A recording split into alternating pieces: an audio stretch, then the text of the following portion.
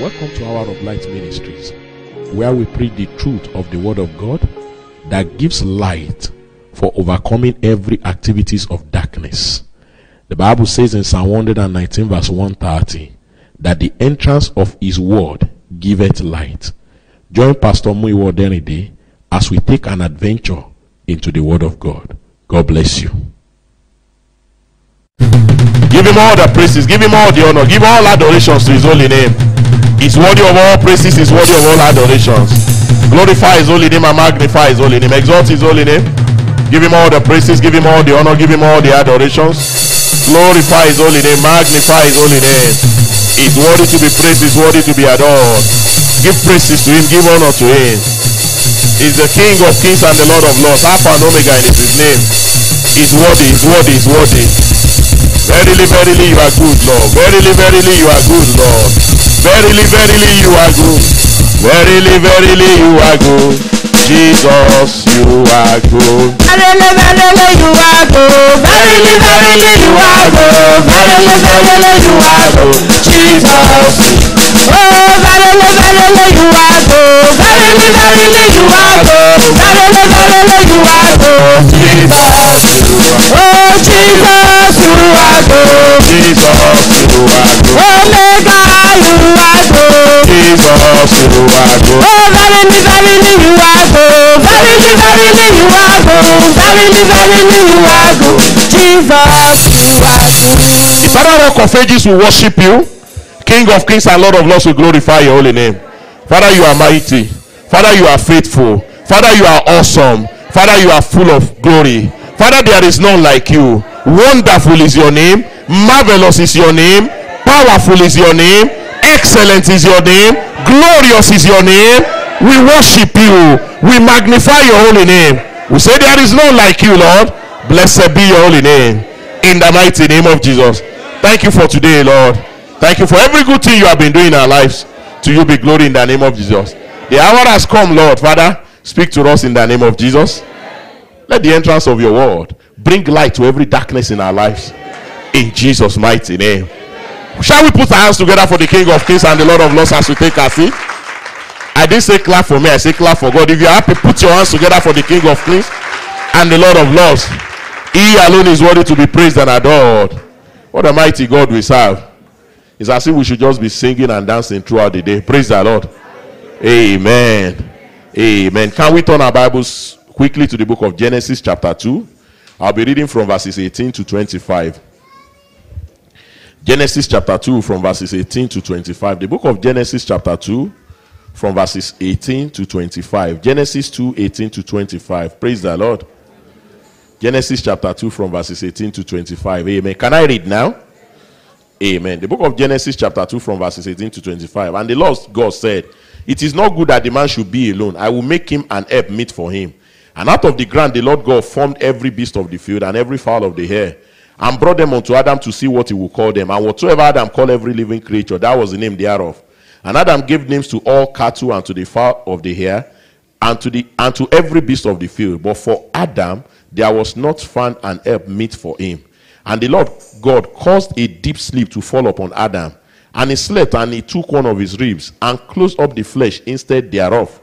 And the rib which the Lord God had taken from man made he a woman, and brought her unto the man. And Adam said, this is now bone of my bones and flesh of my flesh. She shall be called woman, because she was taken out of man. Therefore shall a man leave his father and his mother, and shall cleave unto his wife, and they shall be one flesh. And they shall be one flesh. And they were both naked, the man and his wife, and were not ashamed. May the Lord bless the reading of his word this morning in the mighty name of Jesus. Brethren, to the glory of God today, as it has been announced, we are going to be talking about the secret of a successful marriage, the secret of a successful home. Praise the Lord. And thank God we are having child education today. So parents here, you will hear, because it is the foundation you lay in your home that will determine what becomes of your children at the end of the day. Am I saying something here? Praise the Lord. So you permit me. Amen. Before I start, I soak myself in the blood of Jesus, because I will say some things you might not like. So you will frown your face, you do your nose. I won't look at you, but I'll continue saying what I want to say. Praise the Lord. Amen. Amen. Now, from this story that we just read, now, secrets of a successful Christian marriage, successful Christian home. Just write it the way you want. Praise the Lord. Now, when you look at Genesis chapter 2 from verse 18 to 25, marriage was instituted by God himself. Praise the Lord. Marriage was the idea of God. It was not the idea of any government. It was not the idea of any people. It was instituted by God himself. And because of that, it is the oldest institution in the history of mankind. Praise the Lord. It is the oldest institution. It was the first thing, the one and only institution that God instituted for man. Praise the Lord.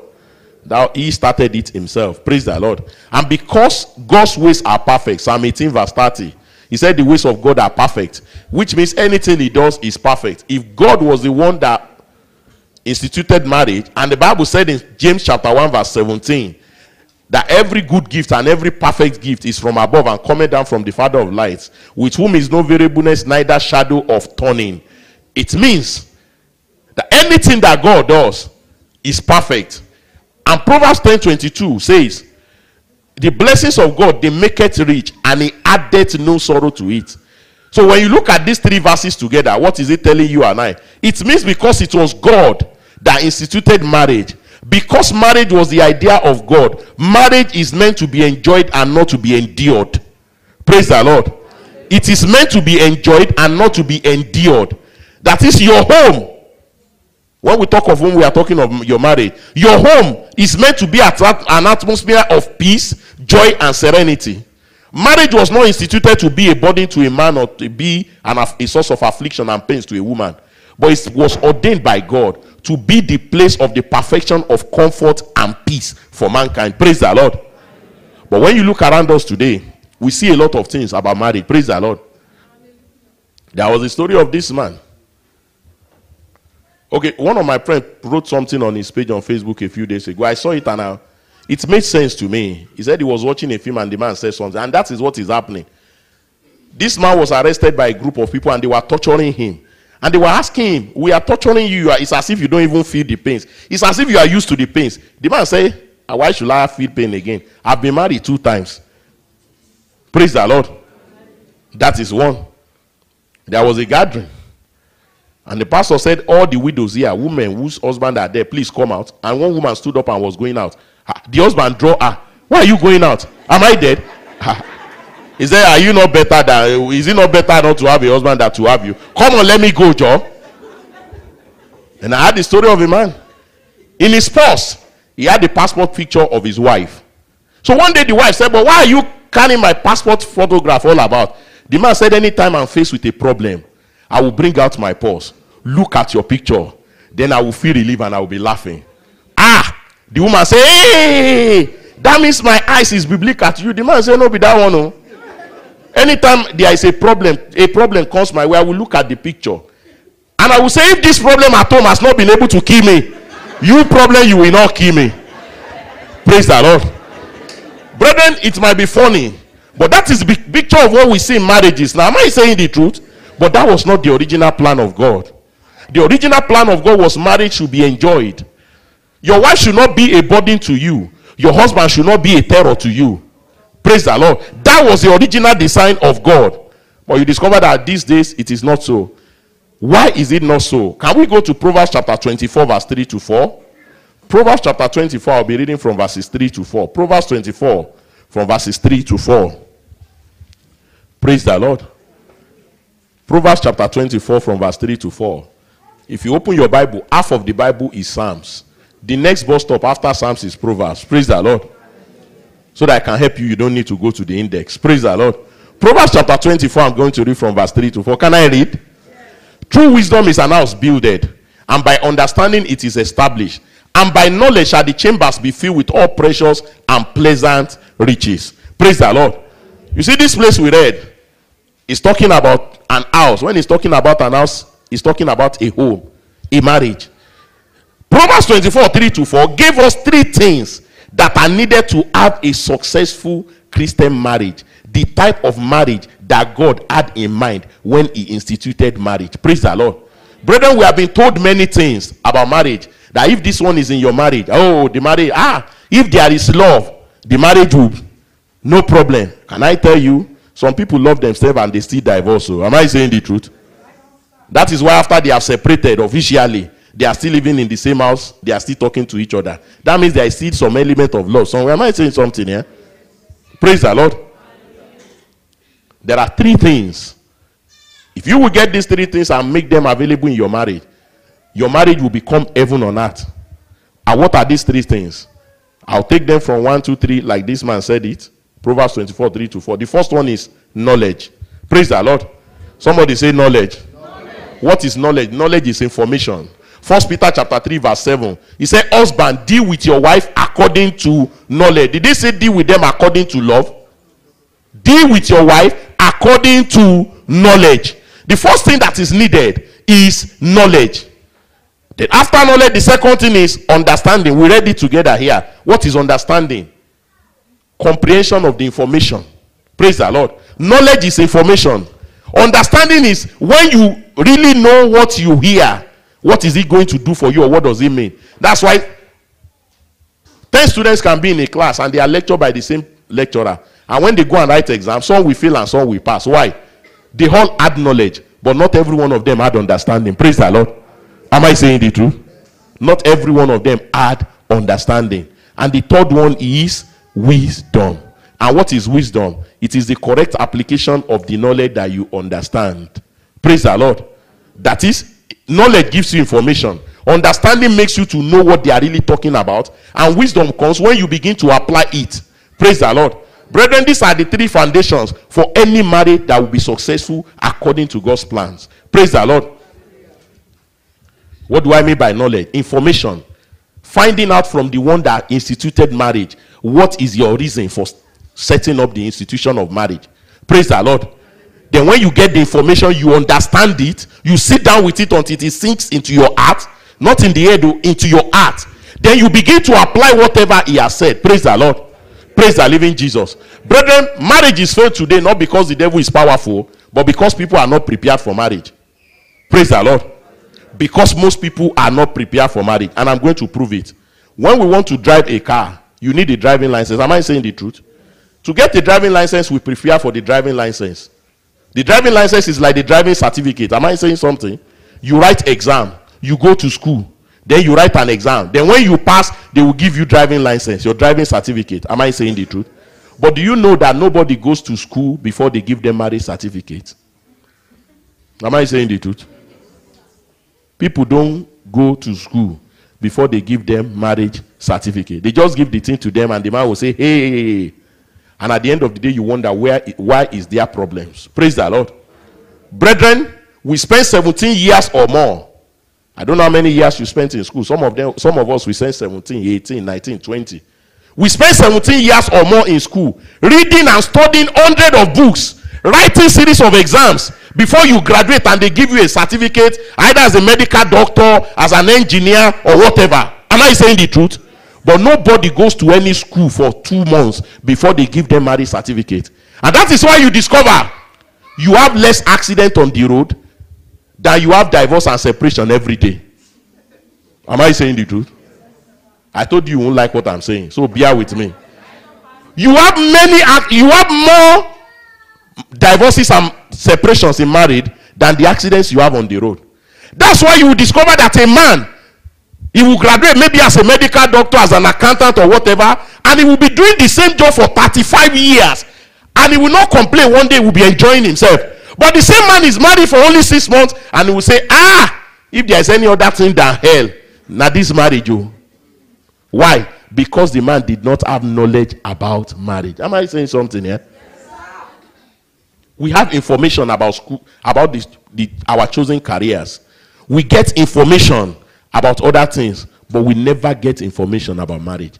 If we want to prove it here now, if we ask married couples here, how many of you before you married read at least 3 books on marriage? The answer will be 0.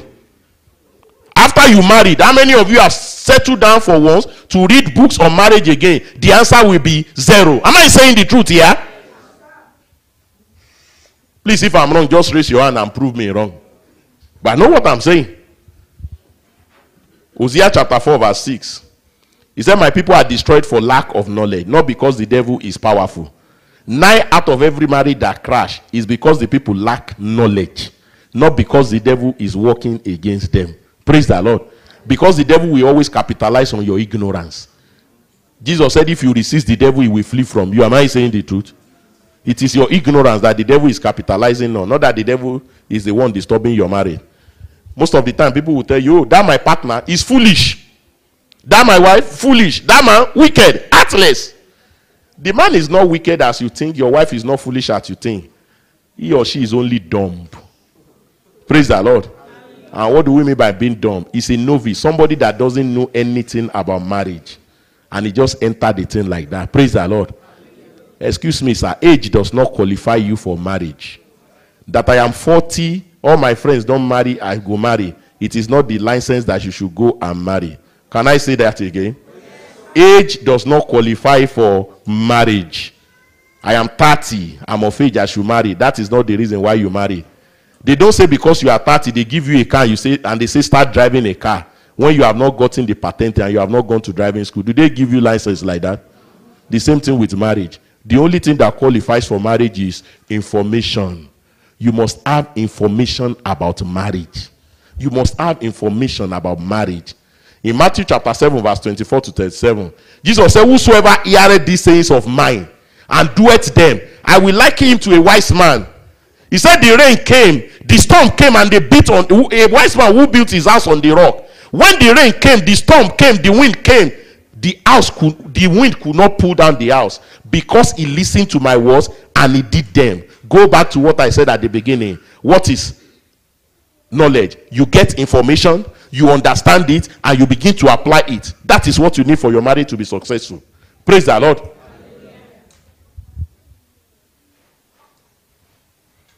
In the book of Matthew chapter 13 verse 18 to 23, Jesus said, whosoever heareth these sayings of mine and understandeth them, they are the ones that will bring forth results. Praise the Lord. The problem with most couples today, check it very well, their problems start because they don't even have any knowledge about marriage. Praise the Lord.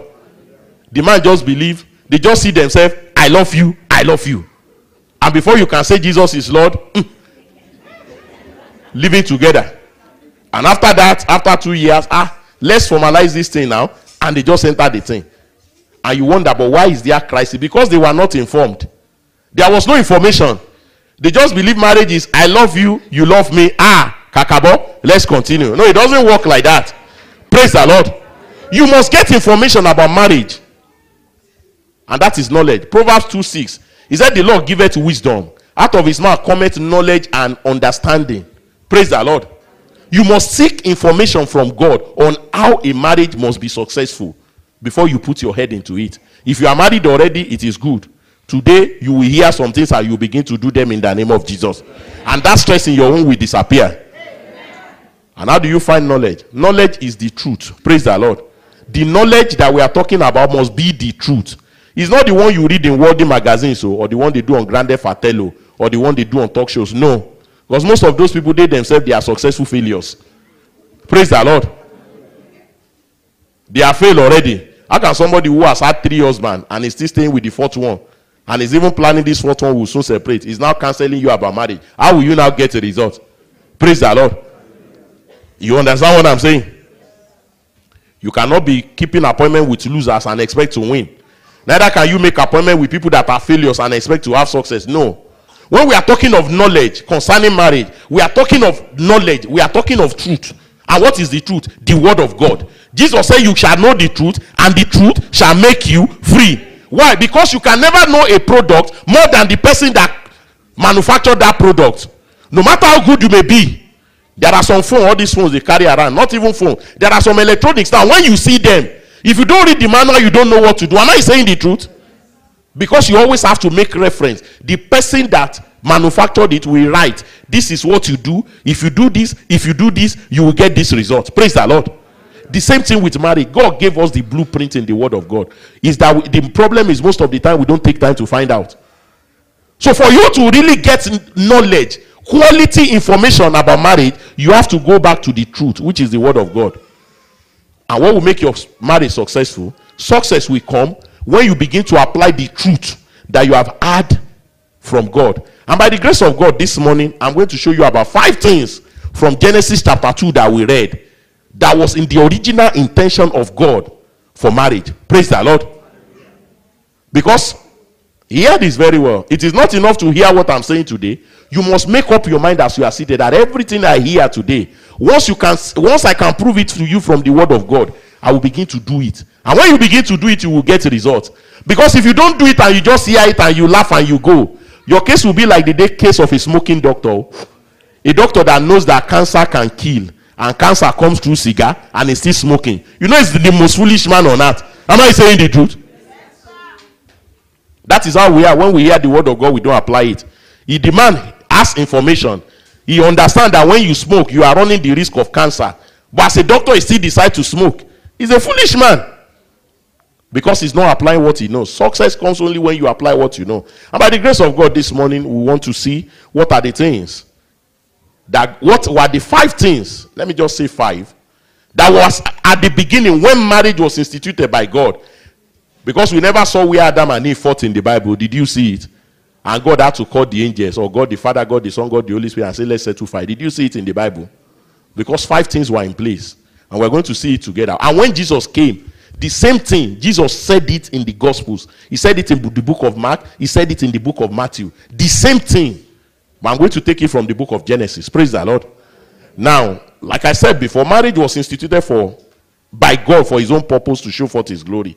Therefore, the desire of every married couple and the ones that are planning to marry, what must be utmost in your heart that God's purpose for instituting marriage will be established in my marriage. You must have it in mind that my home must reflect God's glory, and I will not disappoint God. Amen. I will not disappoint God in my home.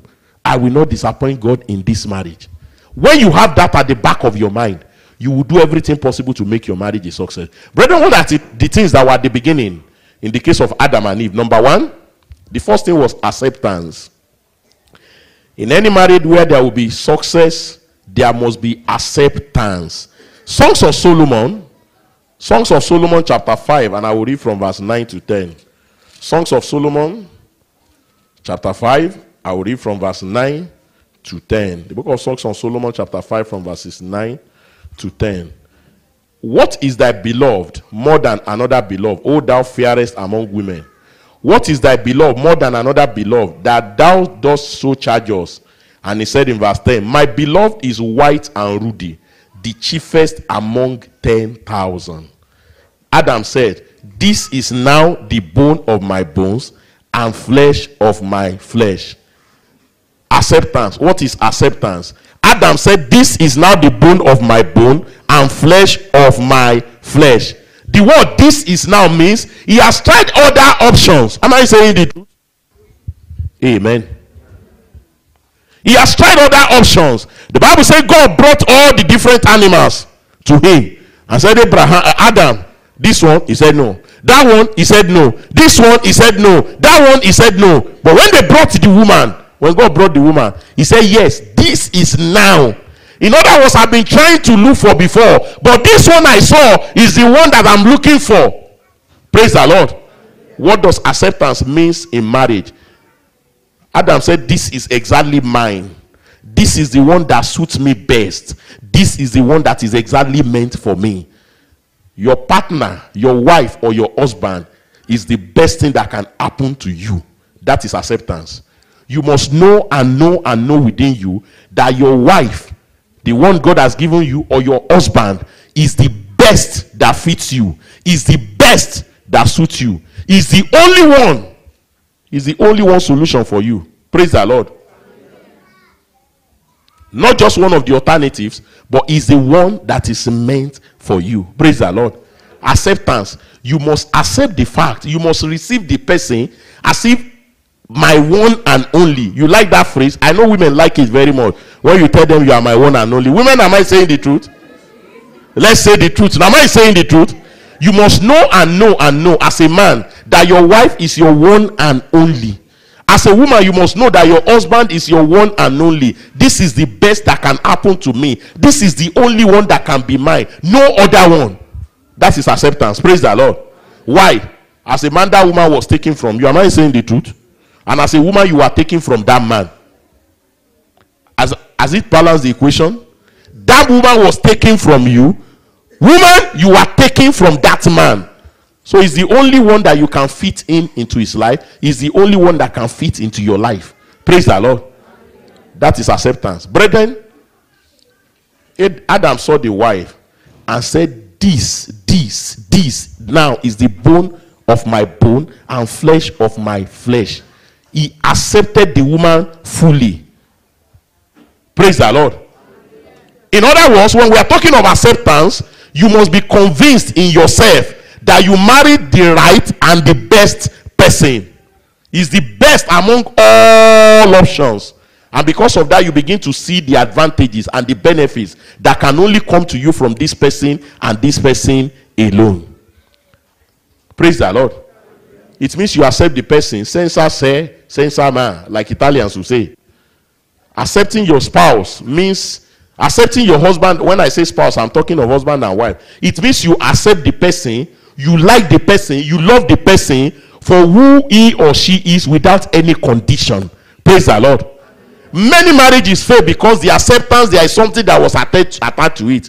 Maybe it's contract marriage, it's because of document. The day document come, problems start. Am I saying something? Yeah? Praise the Lord. Maybe because the lady gets money, so I feel pure well. The day the money is not there again, the story will change. Amen. Praise the Lord. Am I saying the truth here? Let's talk the truth now. I told you I will say some things. Don't worry, I know you will come next Sunday because you love God. You might not like my face, but you will come next Sunday. Praise the Lord. So you accept the person for who they are without any condition. And many women, they accept their wife because of beauty, because of what they can see physically. You know, people have... Praise the living Jesus.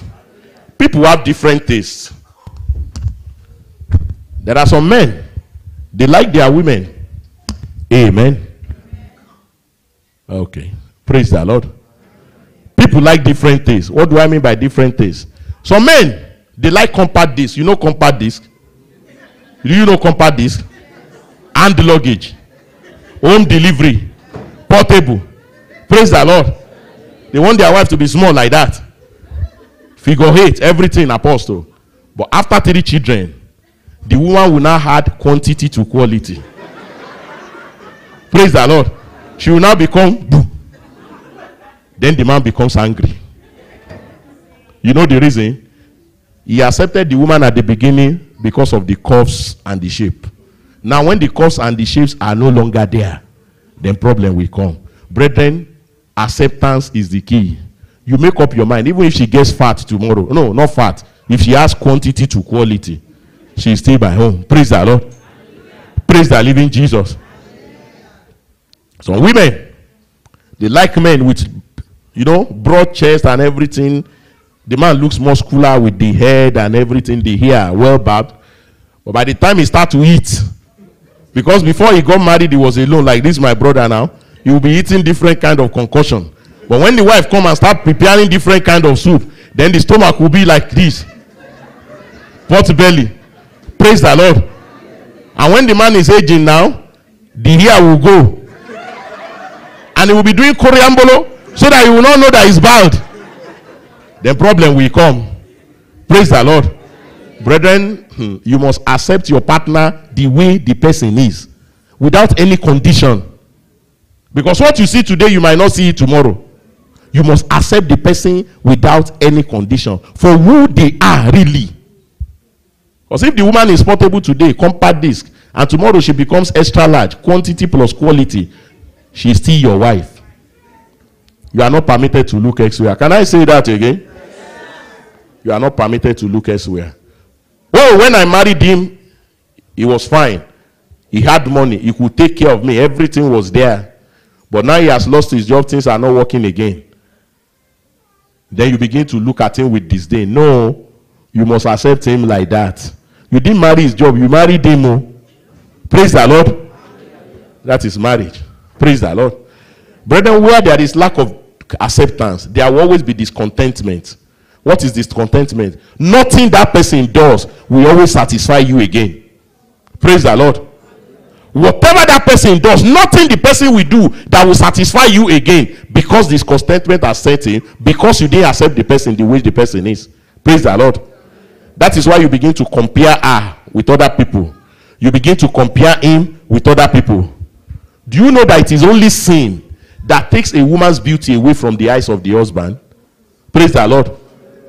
A woman did. Before you, when you were running after her, writing all the love letters, you had the sugar in my tea, the bread in my butter, and everything. She was pretty. Now, because 2-3 children have come in now, the cups are no longer there. You now think she's not meant for you again. No, it is sin, because beauty is in the eyes of the beholder. Am I saying something here, brethren? You must accept the person. If you don't accept the person, there is going to be discontentment. And when there is this contentment, there won't be appreciation again. You won't appreciate the person again. And whatever you don't appreciate, we always depreciate. Praise the Lord. When you don't appreciate her again, every time you look at her, you won't see anything good in her again. Every time you look at him, you won't see anything good in him again. Because there was no genuine acceptance from the beginning. If there was acceptance from the beginning, whatever I see, I see.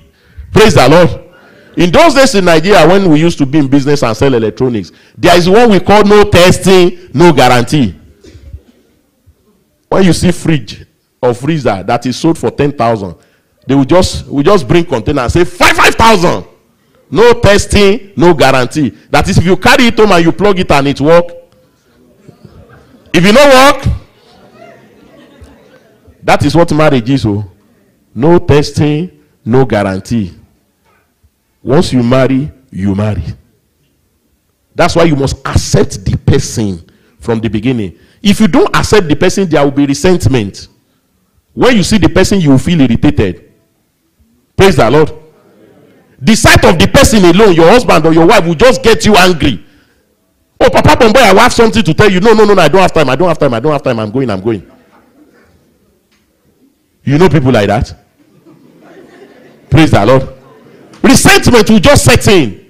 You just don't want to. There is nothing the person will do. You just get angry. I used to know one man, and maybe I've told you before. You see, this man is an uncle to one of my brother's friends. When he married the wife, honestly, when you see the woman's picture when they married, she was like this. But after 4 children, you know what they call 9/11? Oh, Santo. It now became so serious that anytime they are together, the man cannot speak peacefully to this woman. They will come from Lagos to visit the family in Ibadan. One day they were going the branch and they wanted to buy fuel at the toll gate. And the woman went inside a store. You know this filling station in Nigeria, they have biscuit, everything. She went to buy biscuit and she was eating, coming out. The man said, "You burst!" With anger, you just burst. Resentment has set in. Because there was no genuine acceptance from the beginning. Praise the Lord. When there is lack of acceptance, there will be covetousness. What is covetousness? You will start looking for what you think is missing in your partner outside. And that will lead to infidelity. Am I saying something here? It leads to infidelity. Then you begin to carry gbese. Praise the Lord. You must accept the man or the woman as the only one that fits you. Every other one will never, and shall never fit you in Jesus' name. Amen. Praise the Lord. When I was getting married, one of the pastors that did counseling for us and another deacon in church, they told me their story. The man said, "I know my wife very well." The deacon, he said, anytime this woman do any hard work, it's going to be problems for her. So what did he do? He had to look for somebody to come and be washing clothes, all this heavy work at home. Because when the woman falls sick, I will be the one that will bear the problem. Then the pastor said in his own case, he knows the wife is fragile. And I know her before I married her.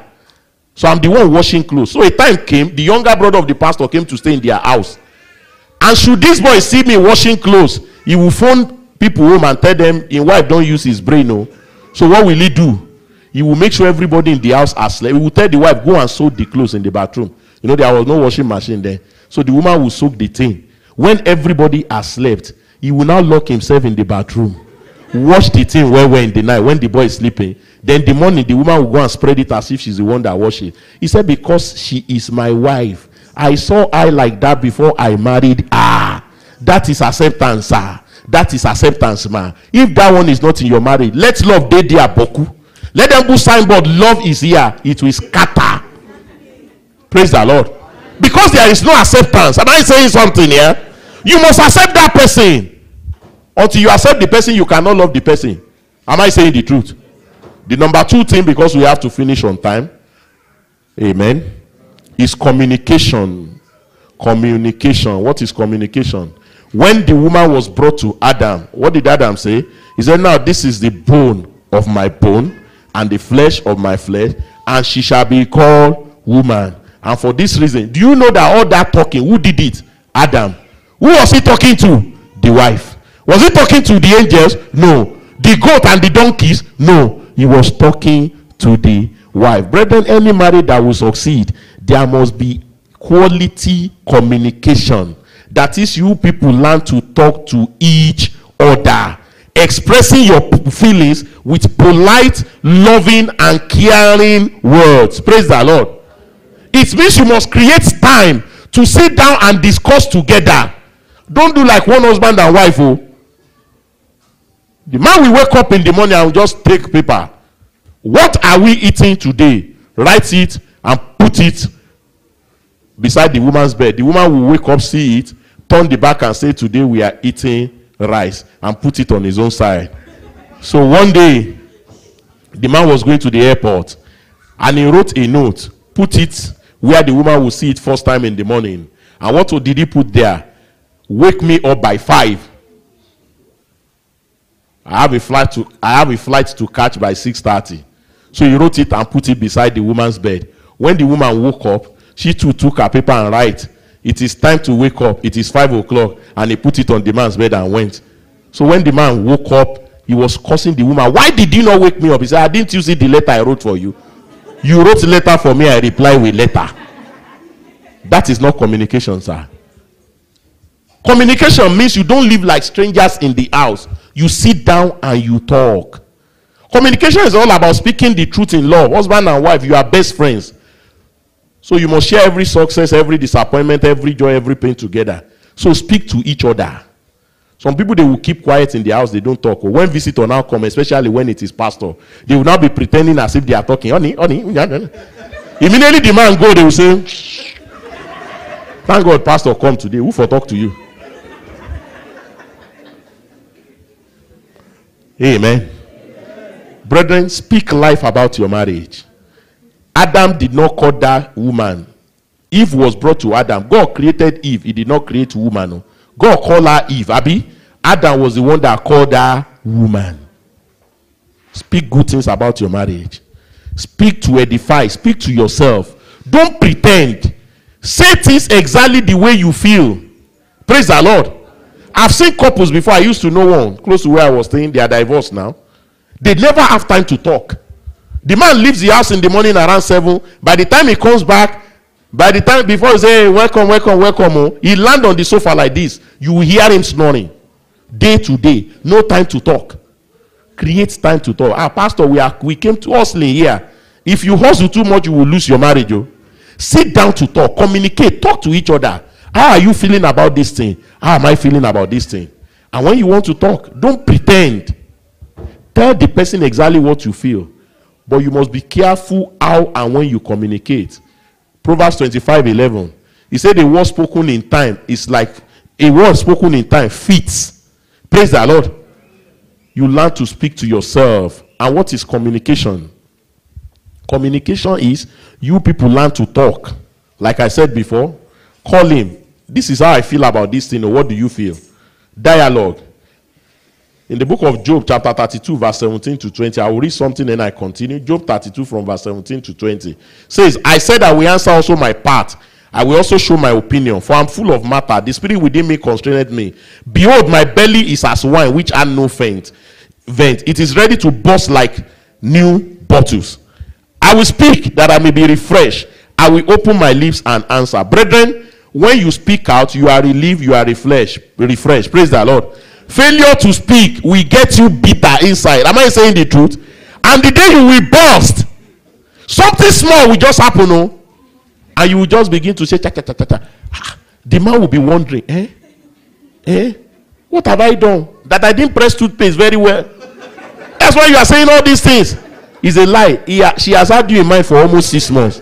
You just pack the thing. When she couldn't bear it again, just whoa.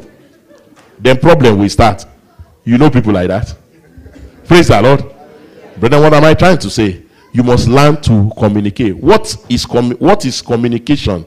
You learn to talk. But what are the things that don't make communication? Shouting. Some couples can never talk in peace until they shout, until the man shout and the woman shout. That is not communication. Shouting is not part of communication. Nagging.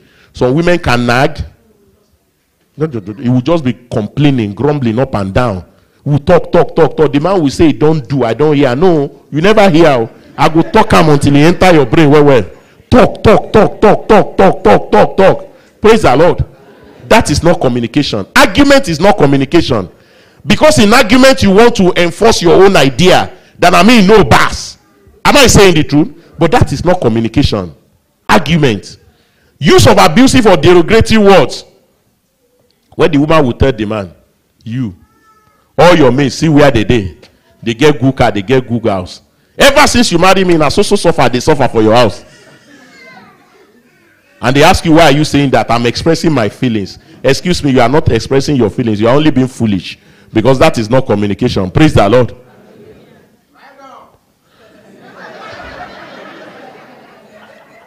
Amen. All your friends don't buy car for their wife. See you. The one way you get self. You write down 1 week, he write you 2 weeks. Can you see yourself? See all the women, they dress nicely. You wear your own. Skirt will go this way, blouse will go this way. That is not communication. Praise the Lord. You don't use derogatory words. I hate you. If you do anything again, this marriage is over. That is not communication. Praise the Lord. You say things that bring life. You say things that bring life. Praise the Lord. You say things that bring life. Things that bring life. Amen. A man told the wife, he said, I don't know why a woman will be so beautiful like you and so stupid at the same time. He said, it's not my fault, it's God, though. The woman said, nah, God, he made me so beautiful so that you can marry me. And he made me so foolish so that I can marry a dunce like you. That is not communication. Praise the Lord. Sit down and talk things over. How do you communicate? You communicate with touches, kisses, giving of gifts, kind gestures. But you don't communicate with blow. You don't communicate with physical means. Physical violence. No. No mind that woman. He dey stubborn. Na goat. Until I beat am where the thing no dey enter here. No, that is not communication. Praise the Lord. That is maltreatment. Number 3, commitment. Because we will finish today. And say, and a man shall leave his and shall cleave unto his wife. What is commitment? Cleaving together. Praise the Lord. You see, commitment is a decisive choice of the heart to get result from whatever you are doing at all cost, no matter the condition. That is commitment. Praise the Lord.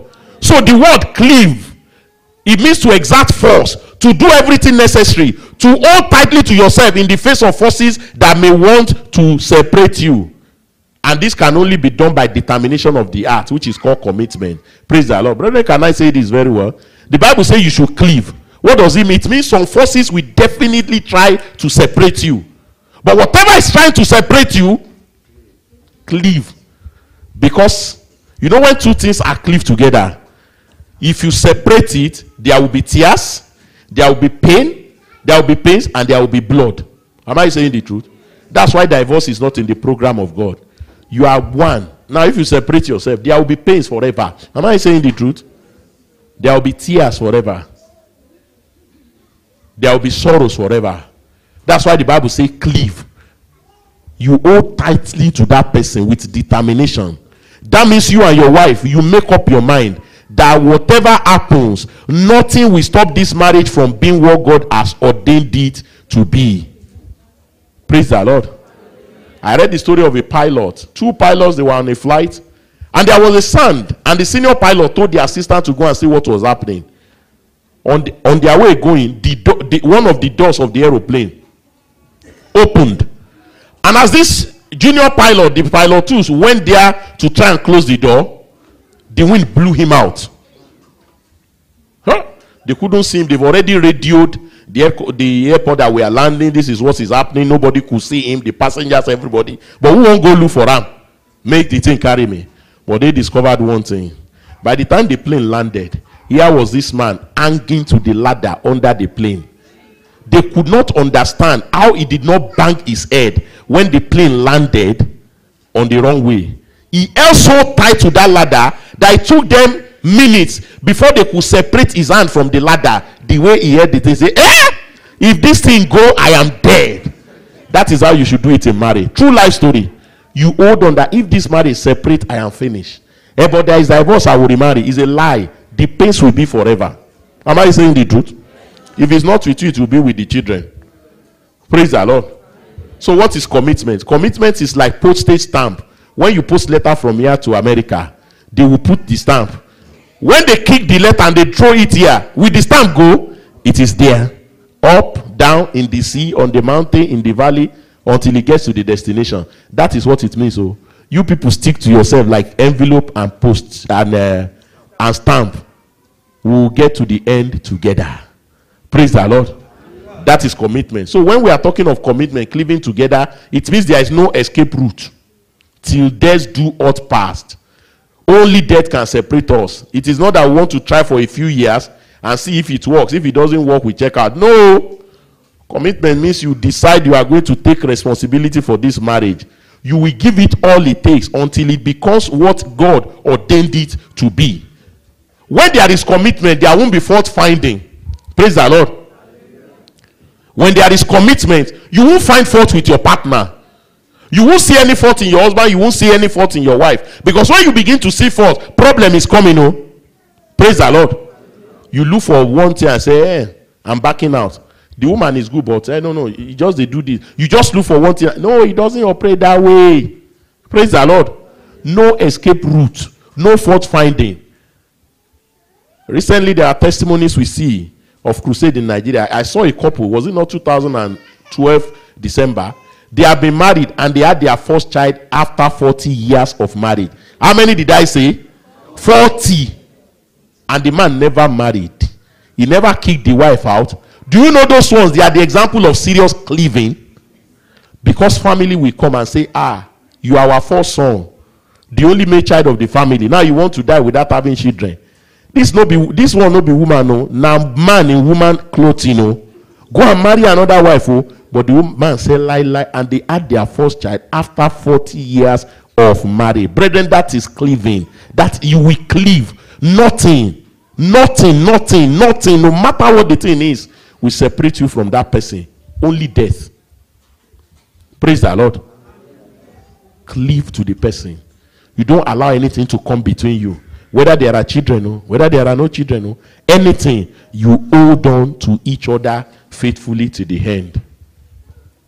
Hear this very well. Nobody is perfect. Oh. You yourself, you are not perfect. So how do you expect your wife to be perfect? Praise the Lord. You are to complement each other. You know, you see there was a bone that was taken away. So that means there are some things missing in you when God performed that spiritual operation. So those things, they are found in your wife. Praise the Lord.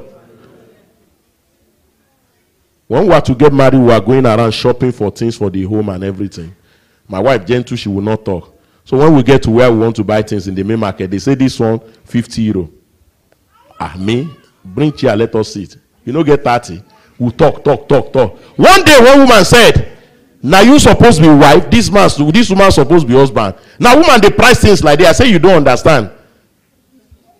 That part of me that should be quiet and do is that one. So she tells me when to talk. When I'm talking too much, she gives me sign. I say, okay, kakabo, I will stop. Praise the Lord. So there is something missing in you that is in your partner. Praise the Lord. Commitment. You stay together. You are not trying to change your partner, but you are trying to change yourself.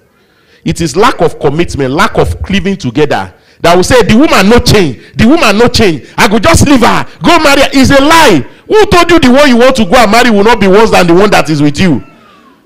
They said the devil, you know, whether it's true or not, is better than the angel you don't know at all. Praise the Lord. Better don't deceive yourself. You just jump from fry pan to fire. If that is your plan, I'm telling you now, you know yourself. So you are ready to give that person all the necessary support to be who God has called them to be. Praise the Lord. Prayerfully, with love and everything. Now you are not trying to change the person, but you are trying to change yourself to meet that person's expectation. That is what commitment is all about. Praise the Lord. But some people, any slight thing, you will just be saying, this is you. You will not be listing all the weaknesses of the man, all the weaknesses of the woman. Then there is no commitment there. Praise the Lord. Commitment means you are ready to cover up for that person in the areas where they are lacking. In those days of slave trade, in our place, there is one story. Whether it is true or not, I know not. But you know, in those days, all these slave raiders now, when they are going, they catch you on the road. They will just arrest you, take you as slave. So there was this woman going with the husband. The man, very fearful. If cockroach pass in the house like this, he will be shivering. So as they were going on the road, these slave traders just came and said, yes, we catch you today. The man was shaking and he was already urinating in his pants. You know, if it had to be some woman say, see you, and you call yourself man. All these small boys, they make you fear. But what did the woman say? My husband, shake well. Shake. You shake last month, 30 people died. Shake, make them dash. When they had that one, they ran into the bush. That is commitment. You are ready to cover up for the person. Is somebody being blessed already? Amen. Commitment is being ready to forgive, forget, and let go of whatever your spouse has done wrong to you. Praise the Lord. It is this area that causes divorce the most. The man is not ready to forgive the woman is not ready to forgive the man. You know what we do? The good things that they do, we write it on the sand so that when water comes, it will wash it away. But the bad things, we go and engrave it on the rock where nothing can wash it away. Anytime you turn around, you see it. That was how you did 2 years after we got married. 15th of October, year 2002. Exactly 10:30 in the morning. He will quote all the dates. He will quote everything accurately of what the man has been doing. The man will go for the woman. So they keep the records. And because of that, they keep on seeing themselves. You see, when you hold on to the past, you will always be behind. Praise the Lord. And their wedding will not go forward. There won't be any improvement. There won't be any changes. Because the man is holding on. He's not ready to let go what the woman has done. The woman is not ready to let go of what the man has done. Praise the Lord. A couple, they were celebrating 50 years of wedding anniversary. And they came to interview them. They say, how did you do it? That you people were able to live for 50 years together, no fight, nothing. And they asked the woman, what is the secret? The woman said, the secret is this. When we are going to, the day we got married, I told my husband, amen. He said, the day we got married, I told my husband, hear this. There are 10 things. 10 things. I'm going to list them for you. There are 10 things. When you do them, I will forgive you. But anything outside those 10, I will tell you 10 things you can do, then I will forgive you. But any other thing outside those 10, when you do it, there will be a problem. So they asked her, what were the 10 things? She said, you know, I never made a list of them. Anytime he does anything, I will say, hey, that is one of the 10. He does anything, I will say, that is one of the 10. So as he's doing one thing, I'm deleting it from my memory. Brethren, that is the secret. You cannot be bitter with your husband, be bitter with your wife. And God is not a magician now. And you think the home is going to be at peace. It's not going to be at peace. Number 4, oneness. Praise the Lord. And they shall become one flesh. What did the Bible say? And they shall become one flesh. That is, you are no longer two, but I didn't hear it very well. Amen. You see, before you marry, you have separate goals, separate plans, separate programs, ideas, projects, etc. But now that you are married, God's plan for you is to do everything as one. Marriage is no longer me, you and I. It is now we. Praise the Lord. Marriage is now we, not me, not you. We are now one. Praise the Lord. So your thinking, your planning, your decisions must be done together. That's why God said it is not good for man to be alone. You cannot do this thing alone. You must be two. Praise the Lord. Which means your past friends, the friends you had before you married as a man, your friends before you married as a woman, they are no longer personal friends now, but they are now friends of a couple. So any friend that wants to relate with you as a single man or as a single woman, they want you to be like them. Oh. They are not married and you are married. They want to scatter you. Can I say that again? Anybody that wants to relate to you now that you are married, wants to deal with you as one and say, I won't tell you something. May you not let your husband hear. May you not let your wife hear. Run away from them. Oh. Amen. Am I saying the truth? Anybody, even if they are relatives, parents, your parents will call you. Your mother will tell you, look, let me tell you, my daughter, the suffering where I suffer from your father's house, my head will not let you suffer the same suffering. Which head?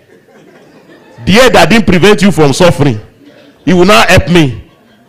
I said, this is how you deal with men. Oh. Then the father will call the son. This is how you deal with women. Oh. Don't trust them. Oh.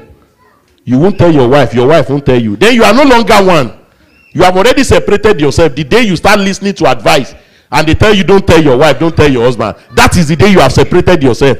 You are just waiting for the official letter of separation from Tribunale de Monza. Praise the Lord. So responsibilities in the home must not be taken as responsibilities of we, not you or I. Praise the Lord.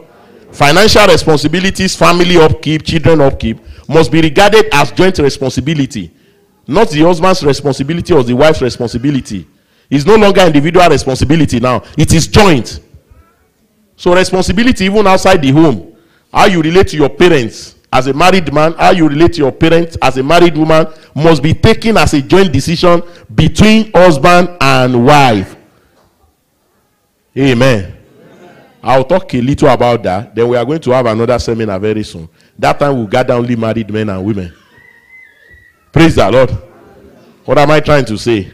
It must not be joint responsibility. You see, one problem we have in Europe, they didn't report you to me, so don't say, Pastor, they talk about me. But I've seen it. I've been in this country for almost 13 years. And I can tell you some things. You see, all of us, especially those of us that came to marry, we met ourselves here. It's a difference when you married and you brought your wife here. No, people that came, they met themselves on hustling ground, as they will say. The man came to hustle. He came through Turkey to Greece and landed there. The other one came from Libya and landed there. Everybody came to hustle. And your family back home, they don't think, say, hey, this one and our eba, no. Our son don't go abroad, though. No more problem. Nah, am I saying the truth? No be eba, no, they call her. So the man now, the family, all the family, they are looking up to him. He will meet our needs. The woman, the same thing. Then when you marry, then problem will come. You know, most of the time, the people that have gotten married there, that have done marriage counseling for, I've always asked them that question, and most of the time they fail. I will ask the wife, I will ask them, if peradventure, your husband is not at home, he went somewhere and there is money you keep together, you are coming to that, and they send us a message from Africa that your parents need money, what will you do? I said, I will send the money now. Without your husband consent, he said, I must send it now. That is total failure. The day you start doing that, you are already signing the letter of divorce. So let me just tell you the truth. Praise the Lord. Decisions must be taken jointly. You must demonstrate to your parents that you are no longer a single lady, you are now a married woman. You are no longer a single brother, you are now a married man. I know you don't like it, but I will tell you. Praise the Lord. And that's why, what do you see? The man keep his money to himself, the woman keep his money to himself. I'm not saying you run joint account, but you bring your money together jointly. I hand 2,000, you hand 1,000. Let's bring it together and let us plan on this money together. But no, because the woman has hidden agenda, They've helped her to buy land back home. And she's building. She doesn't want the husband to know. The husband is sending money to the brothers back home to build house for him. And the wife doesn't know. So he said, no. Keep your money. I keep my money. You have allowed separation already in your home. You are no longer one in that area. Can I have amen to that? Yeah. I know you are not happy. I will say it again. You have already caused trouble in your home if you cannot plan your finances together. Don't look at me. Don't frown. I'm telling you the truth. So say, well done, pastor.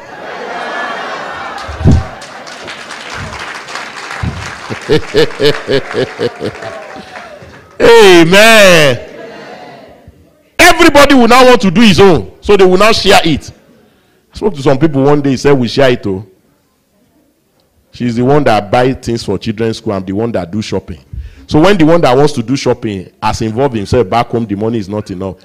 Even the one that is supposed to pay bill, the money is with her. She won't release the money. They would rather go hungry than for her to contribute. This is your area. This is my area.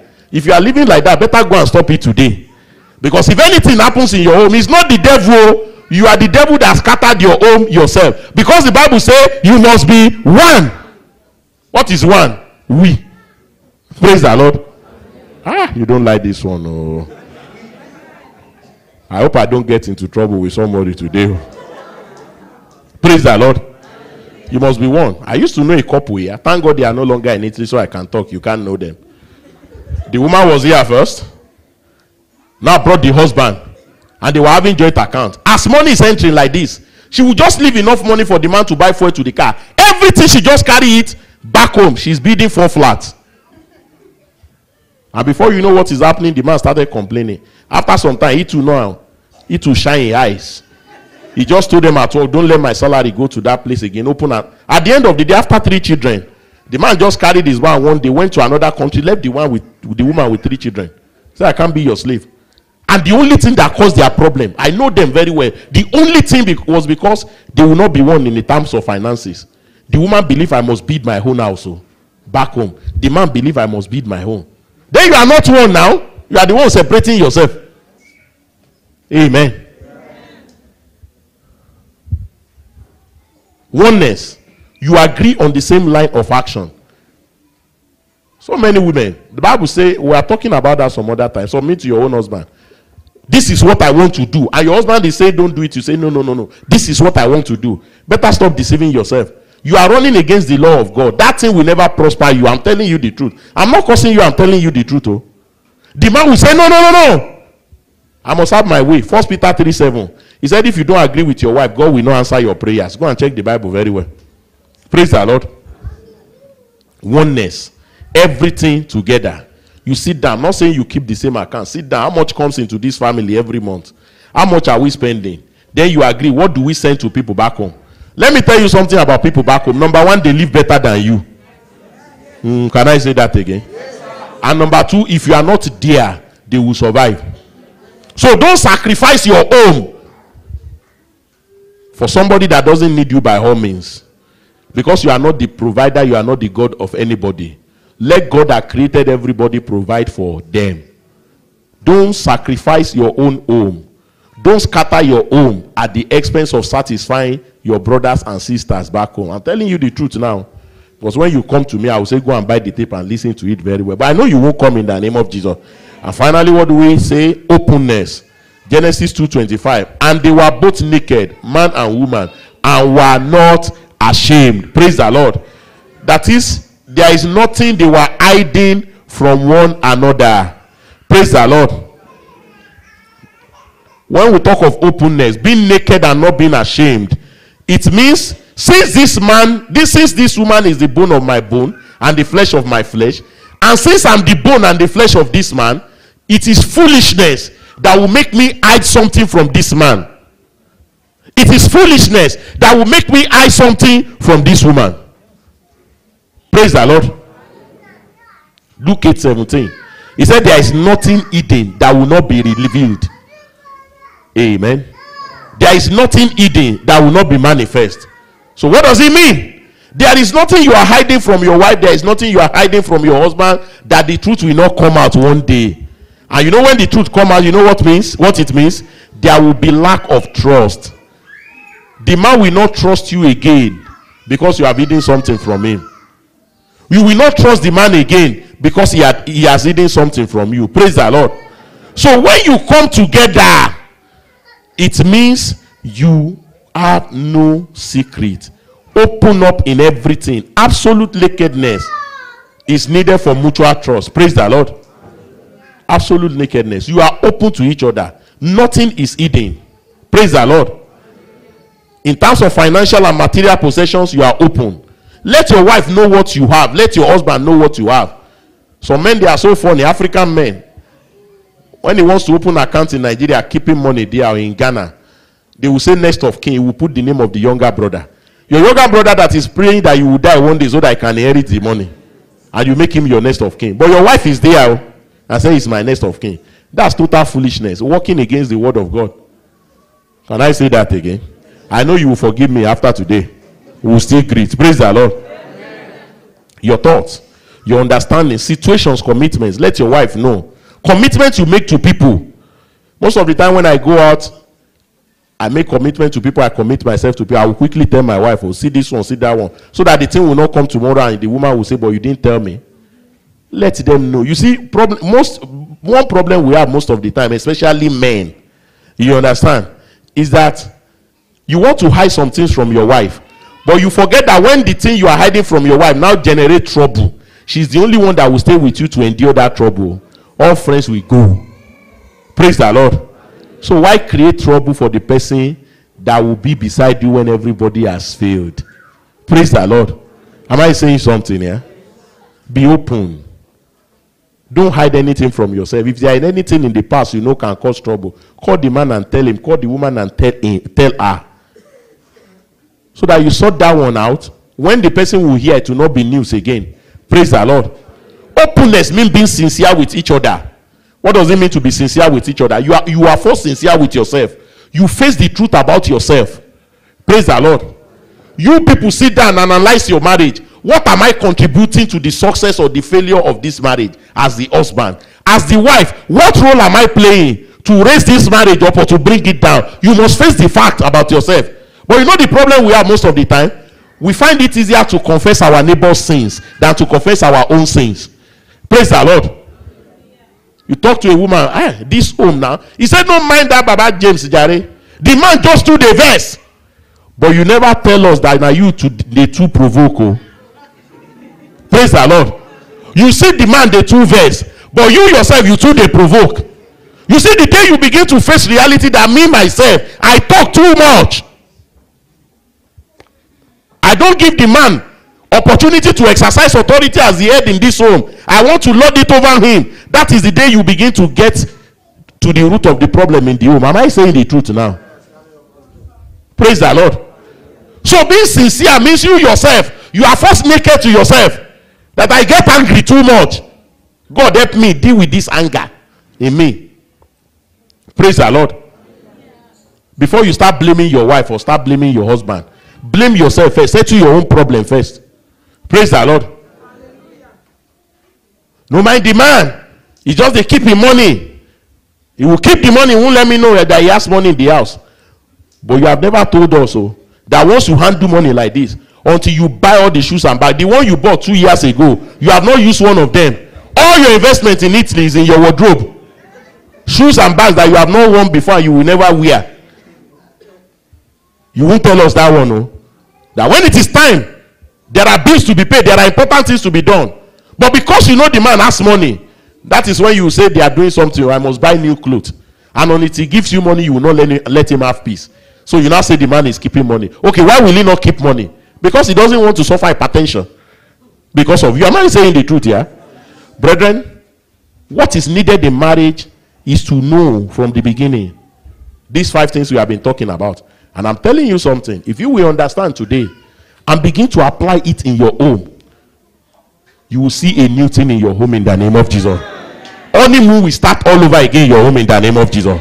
If you have been blessed, shall we rise to our feet? As we begin to thank the King of Kings and the Lord of Lords for his word today. Thank the King of Kings and the Lord of Lords today. Glorify his holy name and exalt his holy name.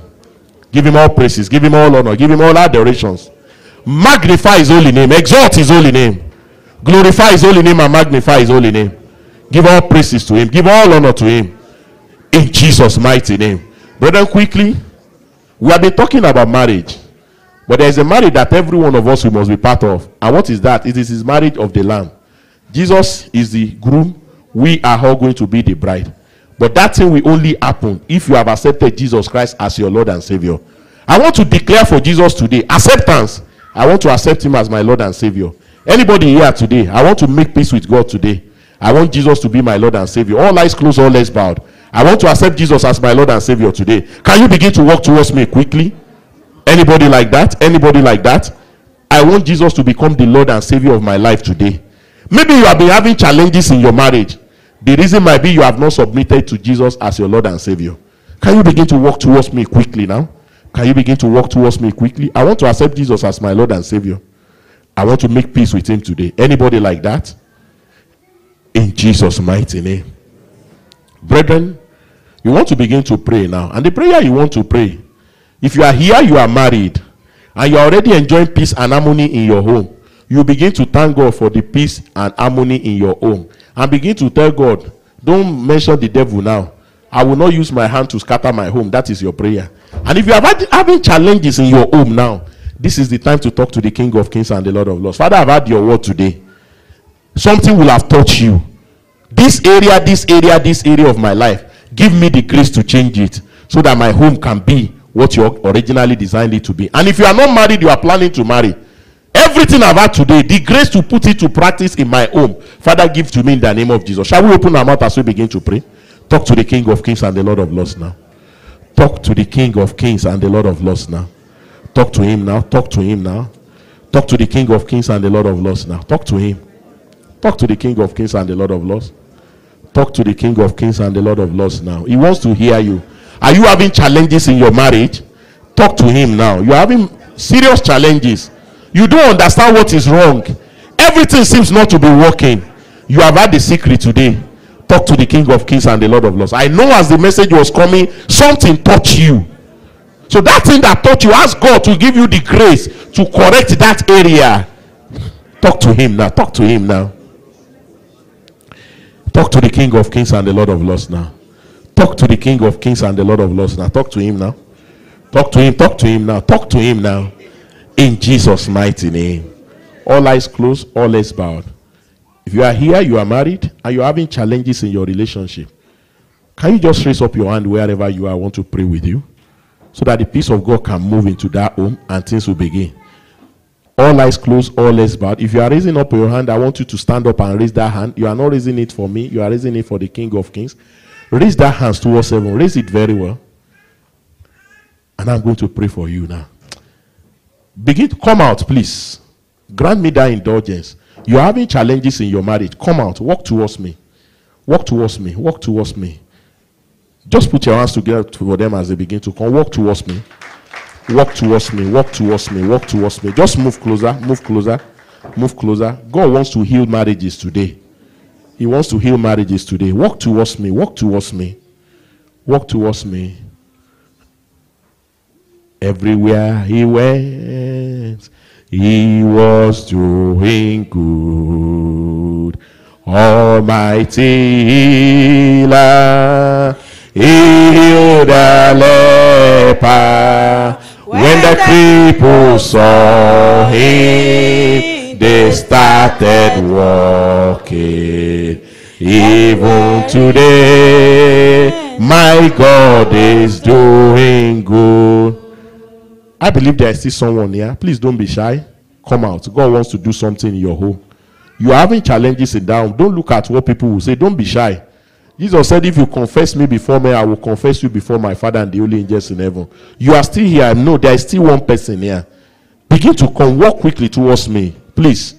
Don't come after service and say, Pastor, pray for me. Come quickly. Come quickly. Come quickly. Come quickly.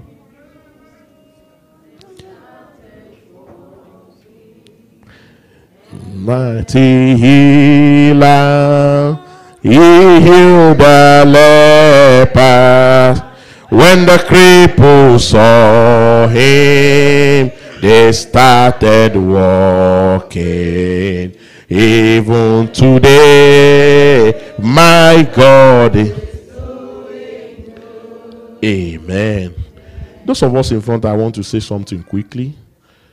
You see, all the marriages here, there is going to be healing in the name of Jesus. There is going to be healing. I'm not saying it to make you feel good. I'm telling you what God wants to do. There is going to be healing in your marriage in the name of Jesus.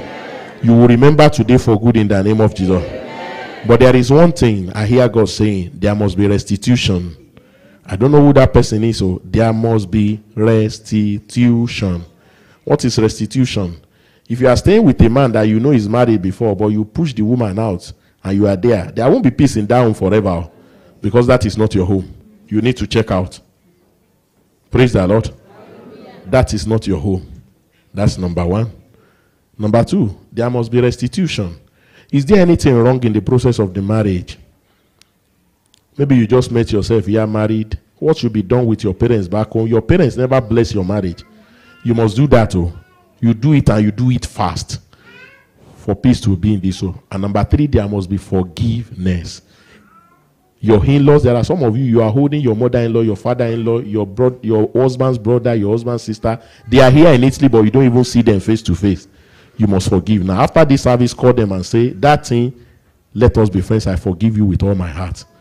People that you have locked in the prison door of your heart, let go of them. He said, if you don't forgive others, God will not forgive you. Not only that, there are some of you looking at me, you have to go and forgive your husbands. All of you are women. Forgive your husband, whatever he has done. I used to know a woman, very close family friend. The husband, things were not working for them. He moved to the US. And after some years, he came back. He was now okay, well to do. And what did he do? After 5 children with the first wife, he was now going out with another young lady and impregnated that one. And this woman was the one that was at home for 10 years, almost 10 years, 8, 9 years, taking care of the children, doing everything. When the man could not send money. Women, if you are that person, what will you do? You will divorce the man. But the woman said, no, this is my home. Anything that happens, I went to meet the young lady. That one said, I'm not ready to marry. I just want to have the child for him. And this woman took this child from the young lady who went away. And if they don't tell you, you will never know she was not the one that gave birth to that child. So after all, she is from my husband. I would rather keep this one and keep my own than to scatter this home. Where do I go with 5 children? And they are still living in harmony till today. Brethren, whatever the man has done, let go. Forgive him. When I'm saying man, I'm saying man indeed. There are some men that are not men. Praise the Lord. They are not ready to take any responsibility. The first thing is he must take responsibility. If he will not take it, bring him to me. I will talk to him. Praise the Lord. But if you know you are duly married and the man is up and doing, maybe he lost his job, but you know something happened and you have refused to forgive the man, I want to beg you with the mercies of God today. Let him go. Let him go. Let him go. Pastor, you don't know what he did. He collected money from me and used the money to go and marry another woman in Nigeria. I preach a message. One of the first messages I preached ever in this land in Italy, 2001. This woman was married, came to Italy to be hustling, trying to make things better for him, for the husband and the children back home. But with the same money, the man went to marry another woman. And the house the woman was sending money to build, she was living a normal life, not anything dirty, working, sending money. The man now built the house and put the name of the second wife there, and put the second wife on all his property. Now the man now suffers stroke, and the second wife ran away. Nobody to take care of this man. This woman still from here was sending money. Then when the man died eventually, she never forgave that other woman for sitting on the property. But I preached a message. The first message I will remember, it was on forgiveness. Let her go. And she came to me. She said, Pastor, do you mean I should forgive that woman? I said, forgive her. She said she has been trying to call my children so that we make peace. I said they should not go. But I said, let them go. And they made peace. And do you know what? For almost 4 years, she has been trying to bring the children in. Recongiungimento familiare. They will block them. But the same month she forgave the woman, something changed. And in less than 3 months, the children were here. Let him go. Whatever he has done, let him go. If you are the first wife, you are his wife. Anything he has done, if he comes back, accept him. Let him go. But if he has not done what he should do back home, let him go and do it first with all sincerity. then accept him back. Let him go. And you are going to see God move in the name of Jesus. Father, in the mighty name of Jesus, I've delivered your word to your people. Father, in the name of Jesus, every tears in their homes, every tears in their home, Father, wipe it off now in the name of Jesus.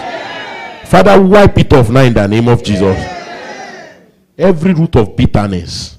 Some of you, there is a root of bitterness in your heart by reason of what these men have done to you. Father, uproot them, Lord, in the name of Jesus. Father, from the crown of their head to the sole of their feet, let the blood of Jesus move through them now and purge them of every bitterness, sorrow, rancor, unforgiveness in the name of Jesus. And Father, beginning from today, a new chapter of joy, a new chapter of peace, a new chapter of harmony, open it in their marriages in the name of Jesus. And Father, is there anyone here that is under the affliction or the touch of a strange woman in their marriage? Your word says, strangers shall hear my voice and they shall flee out of their hiding places, because they will submit to the sound of my voice. Any strange woman that is affecting your home, Father, in the name of Jesus, let there be a permanent gap between them and your husbands now in the name of Jesus. The Almighty God himself, the mighty God himself that separated Ahithophel and Absalom, he will separate them now in the name of Jesus. Whatever might be their source of power, standing on the authority that is in the name of Jesus, every hold they have over your home, they are broken now in the name of Jesus. Have they taken the name of your husband or your name anywhere to cause confusion in your marriage? Father, send it the Lamb of God to that shrine now in the name of Jesus. And let there be peace in these homes in the name of Jesus. Receive your husbands back in the name of Jesus. Every strange woman taking your husbands away, they have the next 7 days. Or they leave them, or they face the wrath of God. So shall it be in the name of Jesus. You will have testimony. Before the end of this year, even you are not a member of this church, you will come back here and say, Father, I thank you. In Jesus' name. Congratulations. You can go back to your seat. In Jesus' mighty name. Brother, quickly, let's dip our hands into our pockets. Our offerings, tithes, offerings, vows, and everything. We'll drop that one now. Then we will now come for the child dedication. Praise the Lord. Choir, you will sing. Just take that offering, raise it towards heaven. If you have really been blessed today, give something to God to say, Lord, I appreciate you. Raise it towards heaven. And as you raise that offering towards heaven, ask the King of Kings and the Lord of Lords to let his fire fall. When his fire fall on your offering, he will accept your offering. He will accept you. He will accept your offering. And you will see new things in your life. Raise it towards heaven. Raise it towards heaven. Raise it towards heaven. And ask God to bless you. Bless the works of your hand. Bless your offering. In Jesus' name. Choir, you will sing, we will dance, and will. Amen.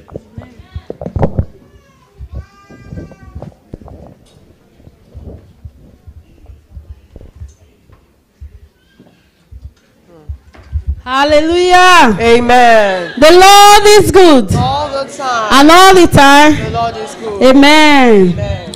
Glory be to God in the highest. Hallelujah.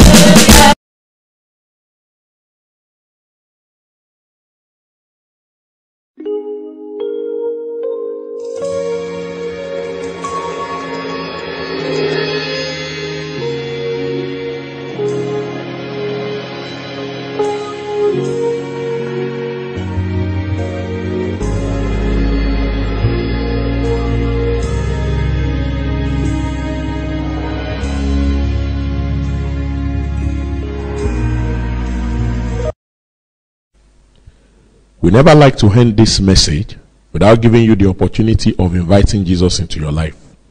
If you are making that decision now, say this prayer after me. Lord Jesus, I come to you as a sinner. I confess my sins. I repent of them all. Wash me with your precious blood and make me your beloved. I accept you into my life today as my Lord and Savior. Amen. Now you are born again. Make sure you join a Bible-based church and fellowship with the brethren. And don't forget to subscribe to our YouTube channel so as to get more updates of upcoming messages and events. God bless you. Amen.